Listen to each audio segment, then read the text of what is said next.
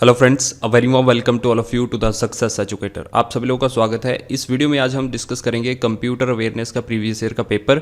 और ये जो है कंप्यूटर ऑपरेटर का एग्जामिनेशन था, जिसमें से जो है मैंने यहाँ पे क्वेश्चंस लिए हैं। ये फंडामेंटल पार्ट है आपका।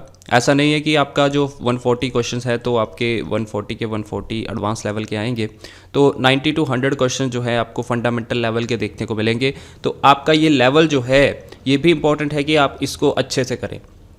इसलिए जो है इस वीडियो में आज हम कुछ जो है फंडामेंटल टाइप के क्वेश्चंस डिस्कस करेंगे जो कि प्रीवियस एग्जामिनेशंस में पूछे जा चुके हैं।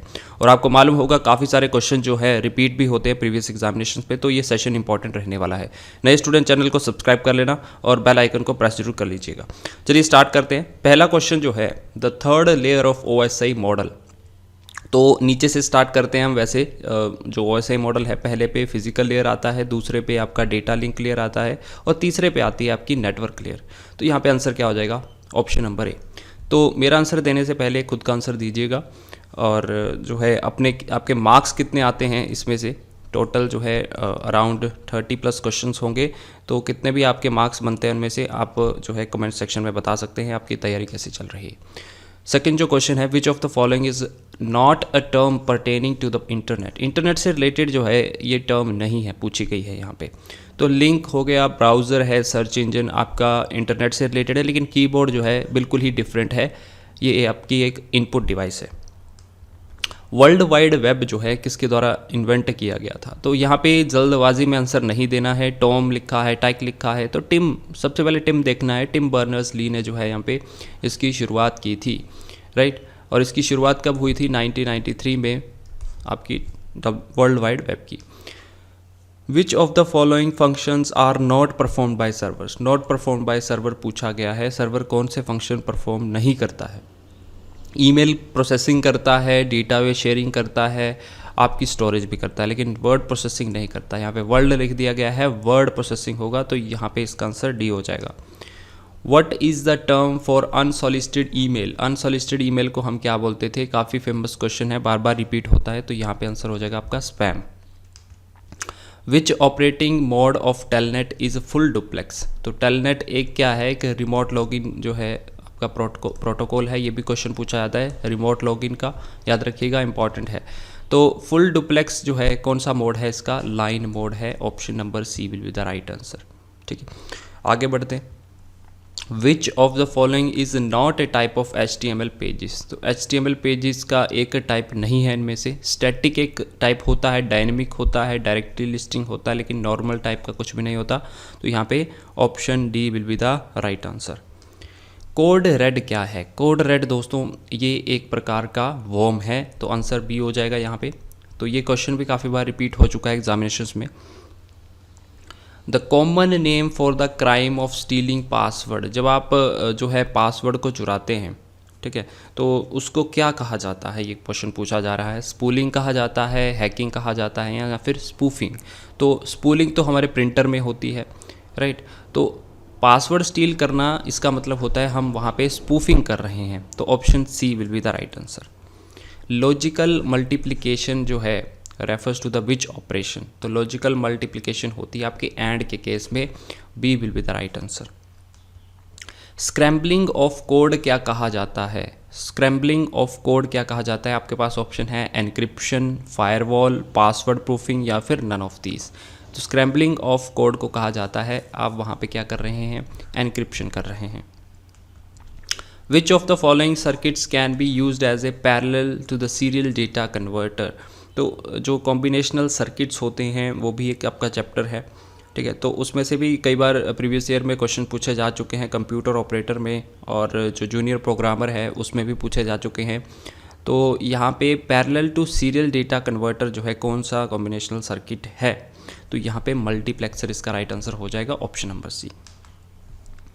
Data can be changed from special code to temporal code by using. तो डेटा को स्पेशल कोड से टेम्पोरल कोड में कैसे जो है कन्वर्ट किया जाता है? ये यहाँ पे ऑप्शन है आपके पास, shift registers, counters, combinational circuits, AD converters. तो शिफ्ट रजिस्टर्स के थ्रू जो है आप स्पेशल कोड को टेम्पोरल कोड में बदलते हैं। Compiler translates the source code. तो सोर्स कोड जो है हमारा हाई लेवल लैंग्वेज में लिखते हैं जो हम, वो हमारा सोर्स कोड होता है। तो सोर्स कोड को जो है कहाँ पे क्या ट्रांसलेट करता है, तो यहाँ पे मशीन कोड में भी करेगा, बाइनरी कोड में भी, एक ही बात है। तो यहाँ पे बोथ दिया है ऑप्शन में, तो हमारा आंसर क्या हो जाएगा, option number D. Machine code भी बोल सकते हैं, बाइनरी कोड भी बोल सकते हैं, या फिर ऑब्जेक्ट कोड भी बोल सकते हैं। Which of the following functions is are performed by parser. तो पार्सर जो है यहाँ पे आपका कंपाइलर के अंदर होता है, तो कौन से फंक्शंस जो है यहाँ पे परफॉर्म करेगा पार्सर। तो यहाँ पे आपका आंसर क्या हो जाएगा, ऑल ऑफ दीज, राइट। तो शिफ्ट भी करेगा, रिड्यूस करेगा, एक्सेप्ट करेगा, ऑल ऑफ दीज इसका राइट आंसर हो जाएगा। Management of software development is dependent upon. तो मैनेजमेंट जो होता है सॉफ्टवेयर डेवलपमेंट पर किसके ऊपर डिपेंड होता है, पीपल, प्रोडक्ट या फिर प्रोसेस के अंदर। ऑल ऑफ दिस अगर आपको ऑप्शन में मिलता है तो वहाँ पे 90% चांसेस है कि वहाँ पे आंसर आपका ऑल ऑफ दिस होगा। तो यहाँ पे भी आंसर ऑल ऑफ दिस है, तो इस बात का ध्यान रखिएगा। ऑल ऑफ दिस जहाँ पे मिलता है आपको, तो अबव 90% मैं बोलूँगा कि वहाँ पे चांसेस हो जाते हैं कि वो डी ऑप्शन राइट आंसर है। First step in the software development life cycle. तो SDLC जो है ये भी इम्पॉर्टेंट है, और इसमें जो है आपके 7 स्टेप्स होते हैं नॉर्मली। तो इसमें से भी क्वेश्चन पूछा जा सकता है। SDLC को भी आप लोग ने जो है एक बार नज़र मारना है, कौन कौन से स्टेप होते हैं इसमें। पहला स्टेप जो होता है वो होता है आपका रिक्वायरमेंट गैदरिंग का और एनालिसिस का, ठीक है। तो यहाँ पे आपको प्लानिंग भी दिया जा सकता है। पहला स्टेप वैसे जो है प्लानिंग का होता है, उसके बाद एनालिसिस आता है, राइट। उसके बाद हम डिज़ाइनिंग वगैरह करते हैं, फिर जो है आपका डेवलपमेंट का फेज़ चलता है। इस तरह से जो है 7 स्टेप होते हैं। तो पहला फेज़ जो होता है इसका रिक्वायरमेंट गैदरिंग या फिर एनालिसिस का होता है। Which of the following is a step of physical design in software design model. तो कौन सा स्टेप होता है जिसे हम बोलेंगे कि ये फिजिकल डिज़ाइन का जो है स्टेप है।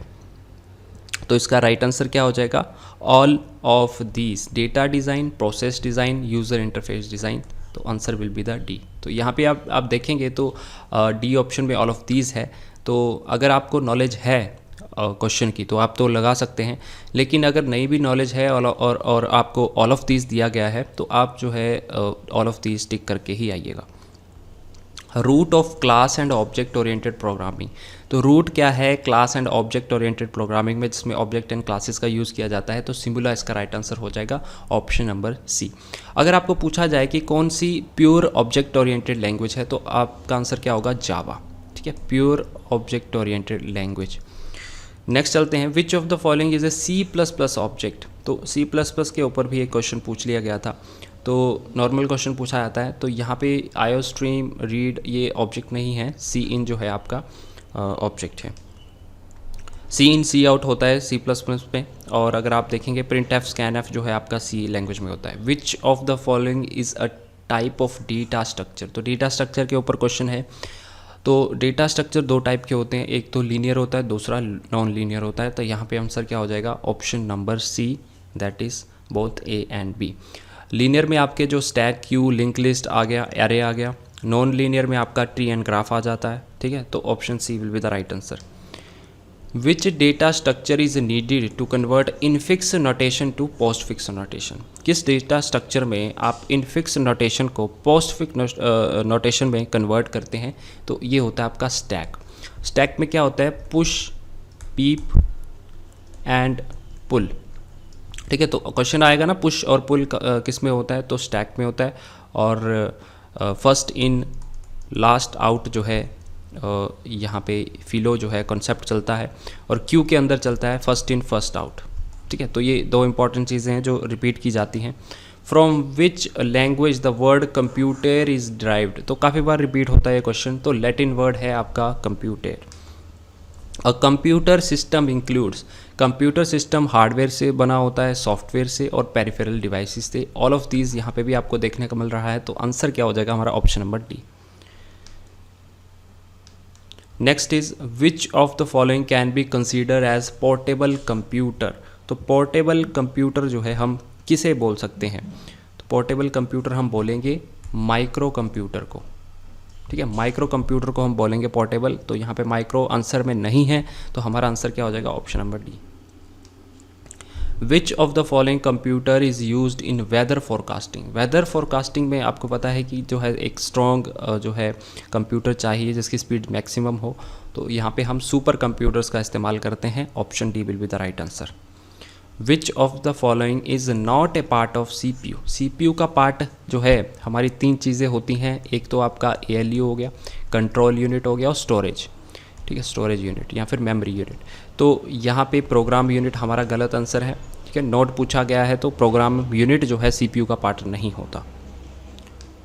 Micro processors can be use to make. तो माइक्रो प्रोसेसर का इस्तेमाल हम किस में कर सकते हैं? तो माइक्रो प्रोसेसर का इस्तेमाल हम कंप्यूटर में भी कर सकते हैं, डिजिटल सिस्टम्स में भी कर सकते हैं, राइट, और कैलकुलेटर्स में भी कर सकते हैं। डिजिटल सिस्टम आपकी घड़ी भी हो सकती है जो आप रिस्ट वॉच पहनते हैं, राइट, उसमें भी जो है माइक्रो प्रोसेसर का यूज़ होता है। तो यहाँ पे हमारा आंसर क्या हो जाएगा? All of these. Next is all of the following are examples of input devices except. सभी इनपुट डिवाइसेस के एग्जाम्पल हैं लेकिन एक्सेप्ट किसके अलावा?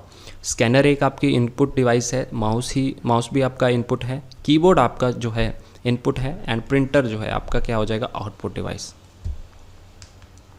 How can we measure the speed of RAM? तो याद रखिएगा जो रैम की स्पीड होती है उसे हम बस की विड्थ और उसकी स्पीड पे डिपेंड होती है। रैम की हमेशा स्पीड जो है, जो आपकी बसेस होती हैं, ठीक है, जो आपकी एड्रेस बस है, डेटा बस है, कंट्रोल बस है, तो बस की विड्थ जो है और उसकी स्पीड पे डिपेंड करती है। तो इसलिए जो है बोथ बी एंड सी इसका राइट आंसर हो जाएगा यहाँ पे। Next is how can we measure the speed of RAM? तो ये हमने अभी डिस्कस किया, D will be the right answer. तो these were the important questions guys, और ये प्रीवियस ईयर पेपर है और बाकी के जो क्वेश्चन हैं इससे रिलेटेड वो भी मैं नेक्स्ट वीडियो में कवर करवाऊंगा, ठीक है। तो धीरे धीरे जो है टिल एग्जामिनेशन हम प्रीवियस ईयर पेपर डिस्कस करते चलेंगे। वीडियो अच्छा लगता है तो काइंडली लाइक ज़रूर करिएगा। PDF के लिए जो है आप टेलीग्राम चैनल ज्वाइन कर सकते हैं। एक बार में जो है इसका सारा पेपर कंप्लीट हो जाता है तो वहाँ पे मैं जो है इसका PDF भी अपलोड कर दूँगा। आज जो हमारा नेक्स्ट लेक्चर है हिमाचल GK का, उसमें हम जो बिलासपुर का रिमेनिंग पार्ट था वो मैं डिस्कस करवाऊँगा। साथ ही साथ जो है हम नेक्स्ट टॉपिक को भी कवर करेंगे। तो मिलेंगे नेक्स्ट लेक्चर में, तब तक के लिए जय हिंद।